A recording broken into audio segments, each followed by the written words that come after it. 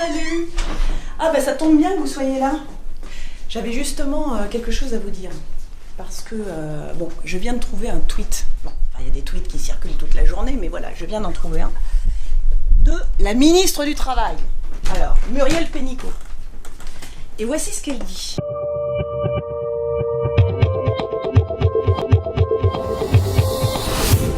Elle dit quelque chose comme la logique des ordonnances du travail va être contractuelle.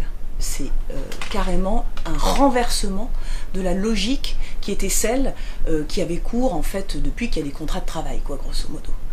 Parce que jusqu'à présent, vous le savez, hein, un contrat de travail, il est caractérisé par le fait que c'est une relation de subordination. Subordination, ça veut dire que eh bien, les salariés sont soumis à leur employeur dans le but de faire en sorte que l'entreprise fonctionne bien. Et justement, pour compenser le déséquilibre créé par la subordination des salariés vis-à-vis de leur patron, eh bien, on a imaginé qu'il fallait une protection. Et cette protection, c'est la loi qui vient la fournir. Et c'est pour ça qu'on a un code du travail. C'est pour ça qu'on a des règles de droit du travail. Ce sont ces règles qui permettent de protéger les salariés dans leur lien de subordination vis-à-vis de leur employeur. Ce qui est assez classique, assez normal. Mais, petit à petit, ce que une partie des patrons a souhaité, ce que, en particulier, le gouvernement actuel veut faire, dans la ligne de ce qui a déjà été entamé avec la loi El Khomri, etc., c'est petit à petit inverser la logique, qui était une logique finalement de protection, avec un système de négociation. Alors eux ils disent négociation collective parce que ça fait bien, mais le truc c'est que la négociation, ça va pas être ça.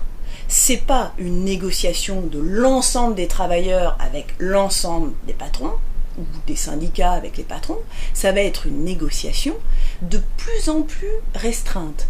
Une négociation de branches, ça c'était pour la loi El Khomri, qui devait primer sur la loi, donc se substituer à la loi, et avec les nouvelles ordonnances là, qui se préparent de M. Macron, il envisage de faire primer sur la loi non seulement les accords de branche, mais surtout des accords d'entreprise. Donc on va négocier finalement des règles de travail, entreprise par entreprise. Le but, c'est d'aller dans le détail de plus en plus.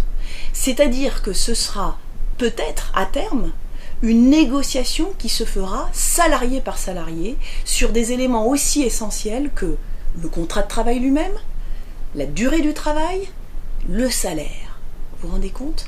Vous vous rendez compte de la fragilité de la personne qui est en négociation avec un employeur au regard du contexte du travail, c'est-à-dire un contexte dans lequel justement il n'y a pas beaucoup de travail. Je dirais même plus, qu'il y a aussi un autre aspect de la question. Dans un système hyper concurrentiel, eh bien, même le patron soucieux du bien-être de ses salariés sera tenté de négocier à la baisse ces conditions, tout simplement pour être concurrentiel ou compétitif. On a finalement une sorte de dumping social à l'intérieur de notre pays, même, j'allais dire, dans une branche de métier.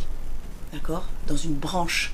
C'est-à-dire que les entreprises sont mises en concurrence directement au regard des conditions de travail à l'intérieur d'une même branche. Et ça, c'est vachement grave.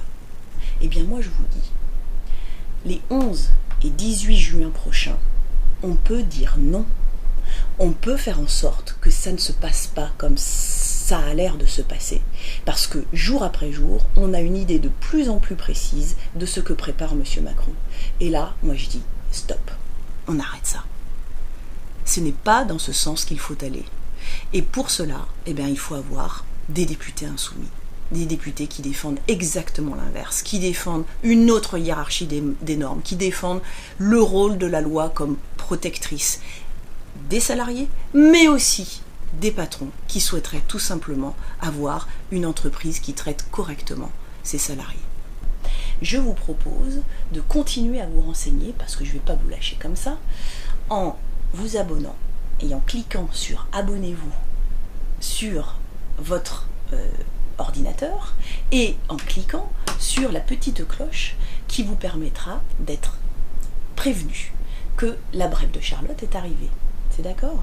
Et puis si vous voulez aussi continuer la discussion, vous pouvez très bien laisser vos commentaires. Moi, ça me donnera aussi une idée de ce que je fais, de ce que je refais, de ce que je refais pas, etc. etc. Ok? Allez, salut!